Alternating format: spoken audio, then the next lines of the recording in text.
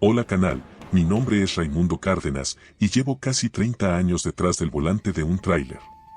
He manejado de noche más veces de las que puedo contar, y aunque uno se acostumbra a ver cosas raras, luces sin fuente, sombras que se mueven, neblina que parece respirar, hay noches que no se olvidan. Esta que les voy a contar me pasó hace poco, en la carretera San Luis Potosí-Matehuala, y desde entonces no vuelvo a confiar en ningún desvío, aunque el GPS diga lo contrario. Aquel turno comenzó normal. Era una ruta sencilla, con entrega en Monterrey. Salí de la base a las 9 de la noche, cargado con piezas metálicas y con tiempo de sobra. El clima estaba seco, perfecto para rodar. El tablero marcaba todo bien, ni una falla, ni una luz de advertencia. Pero al llegar a la altura del kilómetro 86, el GPS me marcó una alerta, desvío recomendado por obras viales.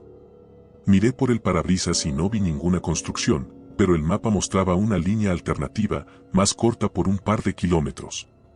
Dudé, pero al final pensé, si es el camino que recomienda la app, debe ser seguro. Tomé la desviación.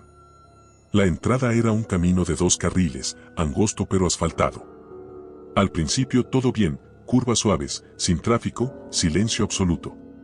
Pasé un letrero viejo que decía ramal 86 nocturno. Me pareció curioso, nunca lo había visto en mis rutas. La carretera seguía recta, pero algo en el ambiente empezó a cambiar. El aire se volvió espeso, pesado, con un olor raro, como a tierra caliente y metal quemado. A los pocos minutos, noté que no había luna y que el cielo se veía más oscuro de lo normal. La luz de los faros apenas alcanzaba unos metros adelante. Los bordes del camino estaban llenos de cruces blancas, clavadas cada pocos metros. Al principio creí que eran altares de accidentes, pero después de la quinta o sexta crucita empecé a sentir que todas tenían la misma fecha, 24 de agosto de 2013. ¿Qué coincidencia?, pensé. Seguí conduciendo, pero el tablero comenzó a parpadear. Primero falló el reloj digital, luego la radio. Encendí el CB para escuchar si algún compañero andaba por la zona, pero solo se escuchó estática y, de fondo, algo que parecía una respiración. Bracker, ¿algún operador me copia en el 86? Pregunté. La respuesta tardó unos segundos, y cuando llegó, casi me saca el alma. No es por ahí, Raimundo. Regresa. Esa voz, la conocía. Era la de Toño, un colega con el que había trabajado años antes, un gran amigo que murió en un accidente de tráiler en esa misma carretera. El sudor me corrió por la frente.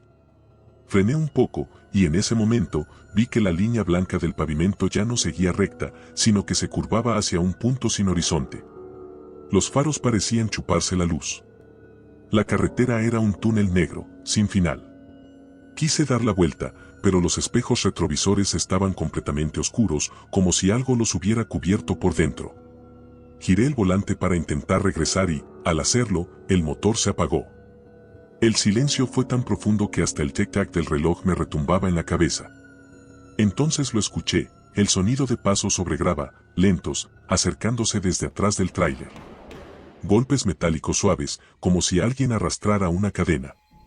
Intenté encender el motor, pero la llave no respondía. Los pasos se detuvieron justo al lado del tanque. Afuera, la oscuridad era tan densa que ni los faros de emergencia servían. Y entonces, alguien tocó la puerta del copiloto 3 veces. Toc, toc, toc. ¿Quién va?, pregunté, con la voz temblando. Del otro lado, una voz grave respondió. Nos quedamos aquí, Raimundo. ¿Tú también? Esa voz era la mía. Sentí como la sangre se me fue a los pies. Me aferré al crucifijo del espejo y recé lo primero que me vino a la mente. Afuera, los golpes empezaron otra vez, más fuertes, como si algo enorme caminara alrededor del tráiler. Cada paso hacía vibrar el piso. De pronto, una mano negra se pegó contra el cristal del copiloto, una silueta marcada por el polvo. No tenía piel, solo hueso y carne quemada. En el vidrio apareció un mensaje escrito con algo oscuro, tal vez sangre o grasa. No mires atrás. El miedo me paralizó, pero el instinto me hizo obedecer. Cerré los ojos, giré la llave y el motor arrancó con un rugido desesperado. Aceleré sin mirar los espejos, sin soltar el volante. Las luces parpadearon, la carretera se doblaba, se retorcía, pero seguía avanzando. Y entonces, todo cambió. El cielo recuperó su color, el aire se limpió, y de repente salí de un camino de terracería directo a la autopista principal. Los faros de otro tráiler me alumbraron y me tocó el claxon. Me orillé unos metros adelante, temblando. El otro chofer bajó y me gritó: «Oye, loco. ¿De dónde saliste? ¿Qué haces en esa terracería? Ahí no hay camino desde hace años». Le conté lo poco que pude entre jadeos. Me miró pálido y me dijo: «Ese desvío se cerró después de un choque en cadena. Murieron 8 traileros. Ninguno salió. Y la última vez que un conductor se metió ahí fue hace 5 años. Apareció 3 días después, con el camión destrozado y sin memoria». No supe qué decir. Le pedí un cigarro, lo encendí con manos temblorosas y miré hacia atrás. Donde yo juraría que estaba la desviación, solo había campo abierto. Ni carretera, ni letreros, ni nada. Desde esa noche, no uso GPS en tramos solitarios. Sigo las rutas de siempre, las que conozco de memoria. Y si alguna vez el mapa me dice gira aquí y no reconozco el camino, acelero y me voy derecho. Porque sé que en esa carretera, a la altura del kilómetro 86, hay una desviación que no aparece en ningún mapa moderno, pero que de vez en cuando se abre para invitar a un conductor más. Y si te atreves a tomarla, puede que escuches una voz que te diga tu nombre, con tu propia voz. Hola canal, me llamo Gabriel Juárez, y soy trailero desde los 22 años. Llevo casi 2 décadas manejando por el sur de México, y aunque ya he visto de todo, animales atravesando el camino, accidentes, gente pidiendo ayuda en medio de la nada, lo que viví aquella noche en la carretera de Orizaba a Tehuacán, en el tramo que cruza la Sierra Negra de Puebla, cambió mi forma de ver el camino para siempre.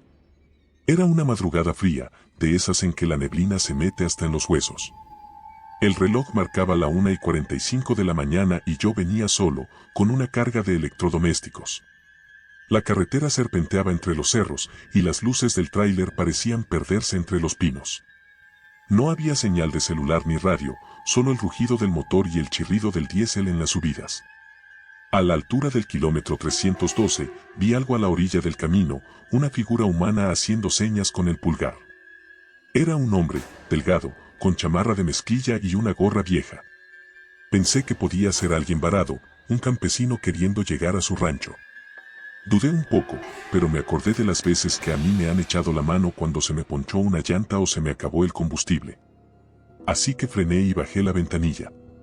¿A dónde va, jefe?, le pregunté.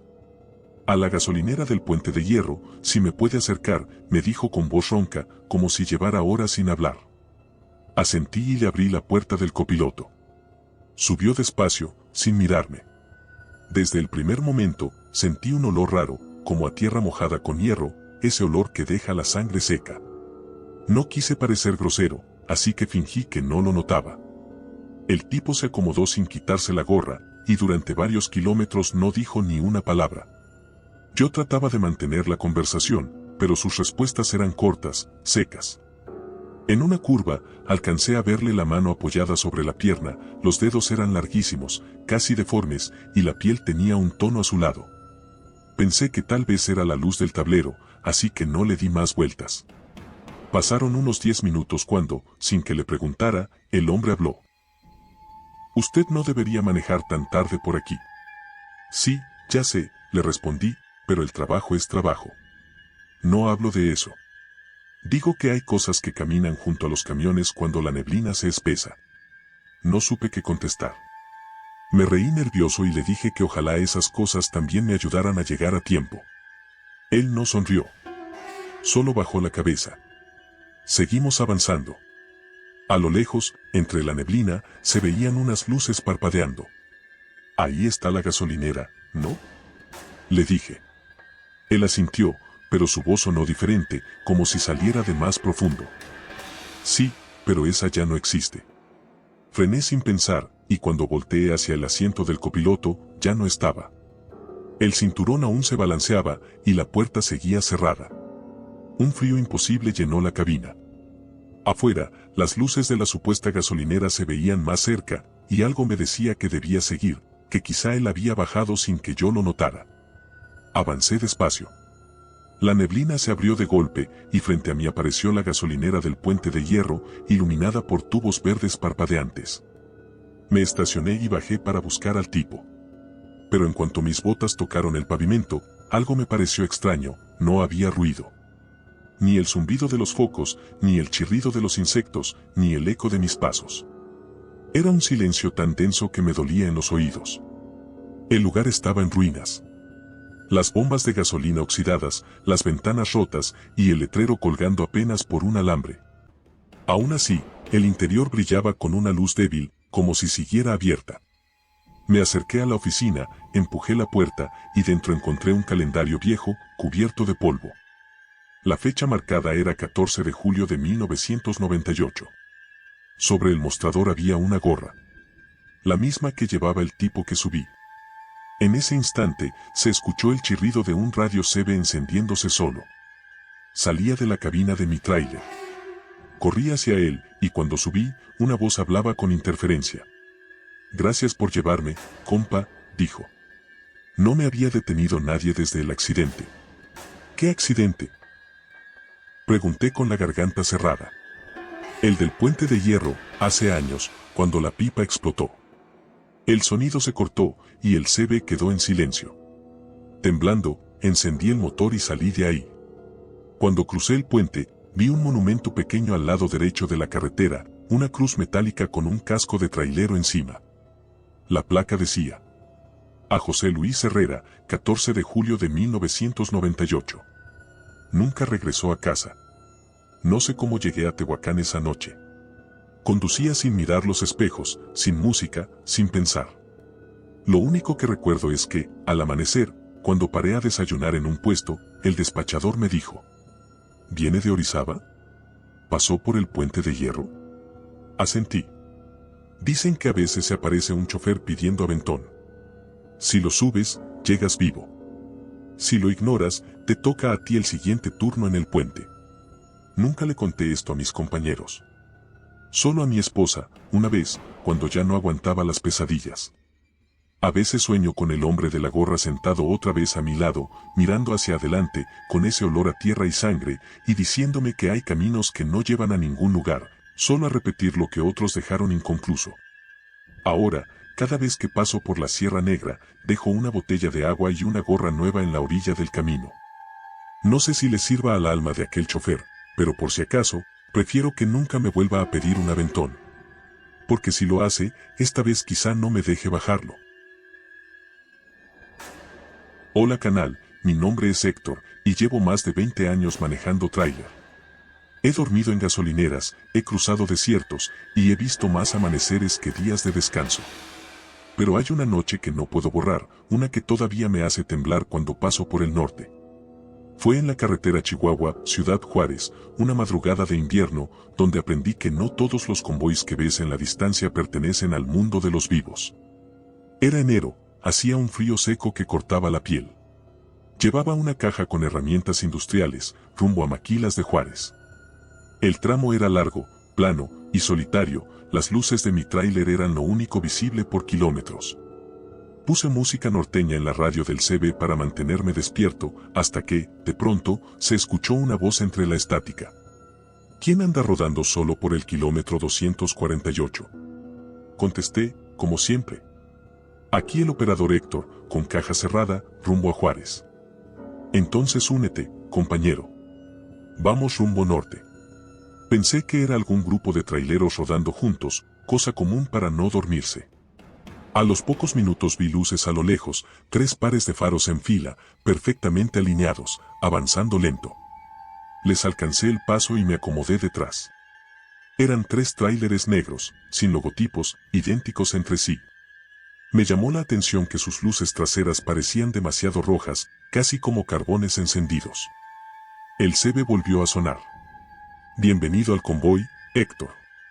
No te separes. Aquí el líder del 01. El tono era seco, militar, con ese aire de mando que no admite réplica. Le seguí el paso. Todos mantenían una velocidad exacta, 80 kilómetros por hora, sin desviarse un centímetro.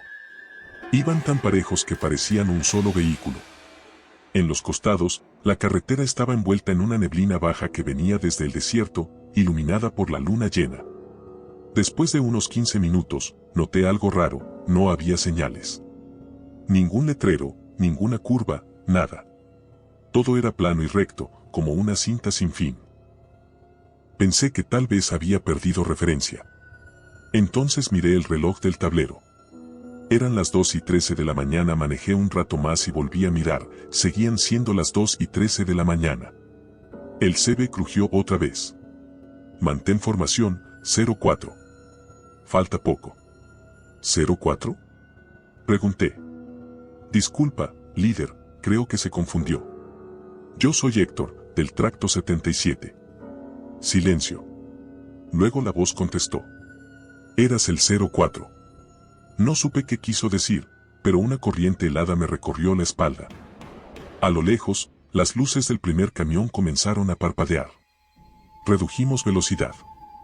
De la niebla emergió un puente metálico, viejo, con letreros oxidados y marcas de accidentes en los barandales. Las luces del convoy cruzaron de una en una y yo seguí detrás. Al entrar, el ruido cambió, el asfalto se volvió ecometálico, como si las llantas rodaran sobre láminas huecas. La neblina se metió dentro de la cabina y el aire se volvió gélido. Fue entonces que los faros delanteros de mi tráiler iluminaron algo que me heló la sangre. Sobre la barra trasera del tráiler que tenía enfrente, podía leer, pintado con negro, mi propio número de matrícula. Frené en seco. Las luces traseras del convoy se detuvieron también, todas a la vez. El CB soltó una interferencia con una voz diferente, más profunda, más densa. Si te quedas atrás, te olvidamos otra vez. Aceleré instintivamente. Quise rebasar, pero el puente parecía alargarse sin fin. Los tráileres seguían avanzando, iguales, eternos. En los espejos laterales no había reflejos, solo más camiones detrás de mí, idénticos, infinitos, formando una fila que se perdía en la niebla. Todos tenían mi matrícula. Empecé a gritarles por radio, pero cada vez que hablaba, las otras voces respondían al mismo tiempo, con las mismas palabras. ¿Quién anda rodando solo por el 248? Repetían. Era mi voz. El aire olía a diésel quemado y hierro caliente. Las luces rojas del convoy de adelante se intensificaron hasta volverse casi anaranjadas. De pronto, el primero frenó en seco y se detuvo en medio del puente. Los otros dos también. Yo no pude reaccionar a tiempo y choqué contra el último. Esperaba el estruendo del metal y el olor a humo, pero no pasó nada. No hubo impacto. En vez de eso, los tráileres se desvanecieron, como polvo que se disuelve con el viento. Mi camión quedó solo, detenido en el puente. Me bajé temblando. El aire era espeso, cargado de electricidad. Caminé unos metros hacia adelante y vi algo imposible, placas y restos de tráileres calcinados, todos con las mismas iniciales de mi empresa. Uno de los cascos derretidos aún tenía grabado el número 04. Regresé corriendo a la cabina y arranqué el motor. Cuando crucé al otro extremo del puente, la niebla desapareció y el reloj marcó las 2:27 de la mañana como si el tiempo hubiera vuelto a moverse. Llegué a Juárez al amanecer, con los nervios destruidos. En el estacionamiento, un viejo operador me vio pálido y me ofreció un café. Le conté todo. Me escuchó sin interrumpir, y cuando terminé, dijo: ese convoy existe, pero ya no en este tiempo. Eran 5 operadores que se accidentaron en el puente del 248 hace 20 años. Los cuerpos nunca se recuperaron, solo las placas y la caja del camión 04. Desde entonces, los que manejan solos y no paran a descansar, los ven. Si te alineas con ellos, te adoptan. Si te atrasas, te llevan. Desde esa noche no manejo más de 6 horas seguidas. Y cuando voy rumbo a Juárez, paso ese tramo con los ojos fijos al frente. Ni miro espejos, ni respondo al CB. Si alguien dice únete al convoy, cambio de frecuencia. A veces, cuando la neblina se acumula sobre la carretera y las luces de atrás parecen moverse solas, escucho el chirrido del radio y una voz conocida que dice: bienvenido al convoy, 04. Y juro que por un instante, me parece escuchar el sonido sincronizado de 3 motores que ruedan justo detrás de mí, invisibles, marcando el ritmo de una marcha que no tiene fin. Hola canal, me llamo Mauricio, y soy chofer de tráiler desde hace 25 años. Me he cruzado medio país arriba de una caja de carga, desiertos, montañas, selvas y lluvias. Pero lo que viví una madrugada en la carretera Durango-Mazatlán, justo antes del puente Baluarte, me enseñó que hay caminos que no solo cruzan montañas, también cruzan fronteras que no deberían tocarse. Era finales de diciembre, cerca de la Navidad. Llevaba una carga refrigerada de alimentos congelados. Tenía que llegar a Mazatlán antes de las 7 de la mañana, así que salí desde Gómez Palacio a eso de las 10 de la noche. Todo marchaba bien, motor firme, cielo despejado y el aire tan frío que el vaho se condensaba dentro de la cabina. En el tablero, el termómetro marcaba 3 grados, y bajando. A la altura del kilómetro 160, empecé a notar algo raro. El parabrisas comenzó a cubrirse de una escarcha fina, como si el frío viniera de dentro y no de afuera. Le bajé un poco al aire acondicionado, pero no cambió nada. Encendí el desempañador y seguí rodando. Fue entonces cuando vi, a lo lejos, una luz blanca intensa en medio de la carretera. No era un carro, ni una moto, parecía una antorcha flotando. Reduje la velocidad y avancé despacio. La luz se movía hacia mí, y conforme se acercaba, pude distinguir la silueta de una persona, un hombre vestido con uniforme de trailero, con una lámpara en la mano. Tenía el rostro pálido, casi azul, y los labios amoratados. Frené. Bajé la ventana. ¿Todo bien, patrón?, pregunté. El hombre levantó la vista. Sus ojos eran completamente blancos, como cristal empañado. Se me apagó el motor, dijo con voz temblorosa. ¿Podría ayudarme a empujarlo? Miré a un costado. Efectivamente, había un tráiler volcado, atravesado a media carretera, con la caja abierta. El humo salía del motor, pero lo extraño era que no olía a aceite ni a diésel, sino a algo agrio, metálico. Me puse el chaleco reflejante, bajé y caminé con la linterna hacia la unidad. Cuando me acerqué, noté que las llantas estaban cubiertas de escarcha, igual que el asfalto. El aire se volvió tan frío que me dolían los dientes al respirar. Le dije al tipo: a ver, voy a echarle un vistazo al motor, pero si no arranca mejor pido una grúa por radio. Él asintió sin moverse, con los brazos cruzados, observándome. Me incliné sobre el cofre, y ahí lo vi, el número de serie en el motor era el mismo que el de mi propio tráiler. Me quedé helado. Me incorporé de golpe y miré hacia la cabina del camión volcado. El parabrisas estaba roto, y dentro, en el asiento del conductor, había un cuerpo congelado, con el rostro cubierto de escarcha. Y ese rostro era el mío. Di un paso atrás, tropezando con el hielo. Miré al hombre que me había pedido ayuda, y ya no estaba donde lo dejé. Su voz sonó detrás de mí. El frío no se detiene, Mauricio. Siempre necesita un conductor nuevo. Corrí hacia mi tráiler. El aire dentro de la cabina estaba tan gélido que el volante me quemaba las manos. Giré la llave con desesperación. El motor rugió, pero el tablero parpadeaba en rojo. Las luces del camino se apagaron de golpe. Solo la niebla brillaba con una luz blanca propia. Entonces lo escuché, un suspiro largo, como si alguien respirara justo en mi nuca.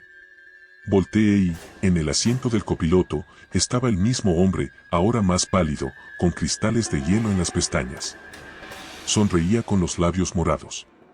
No frenes, me dijo. Si te detienes, el frío te alcanza. Apreté el acelerador sin pensarlo. El motor rugía y las llantas patinaban sobre el hielo invisible.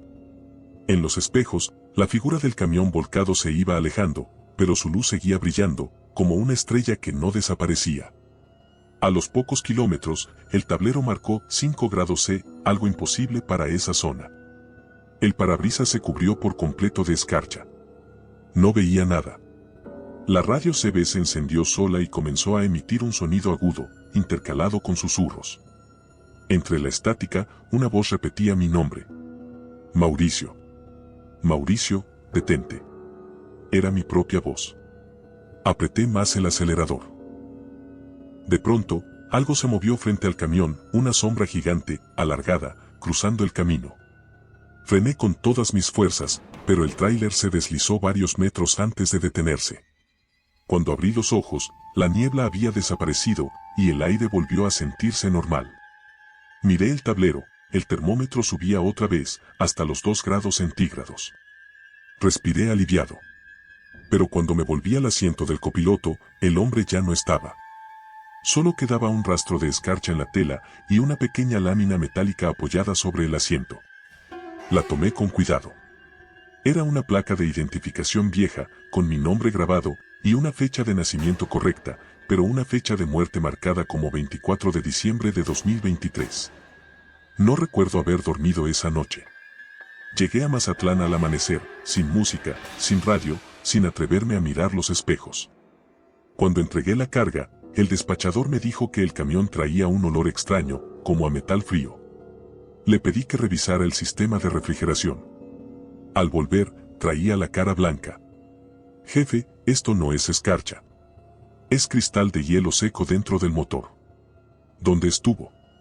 Solo le dije que en la sierra, y me fui.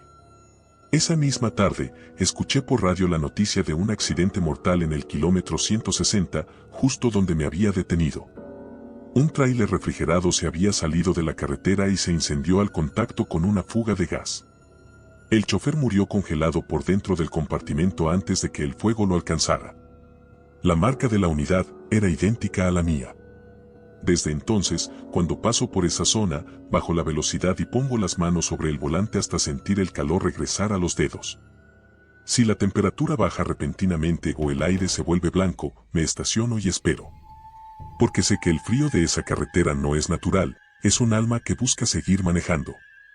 Y a veces, cuando voy de regreso a Durango, el parabrisas empieza a empañarse con escarcha sin razón alguna. Entonces, de entre la niebla del camino, creo ver el resplandor de un tráiler volcado y un hombre con ojos blancos, haciéndome señas para que frene, como si quisiera volver a cambiar de lugar conmigo. Desde aquella noche, no conduzco en Nochebuena. No por superstición, sino porque siento que esa fecha todavía me pertenece, como si estuviera escrita en alguna parte del hielo que aún me espera, paciente, en el kilómetro 160. Esto ha sido todo por hoy, canal. Nos vemos en el siguiente video. Y recuerden que pueden compartir su historia más aterradora con nosotros y mandarla a nuestro correo electrónico para poder publicarla en un capítulo de nuestro canal.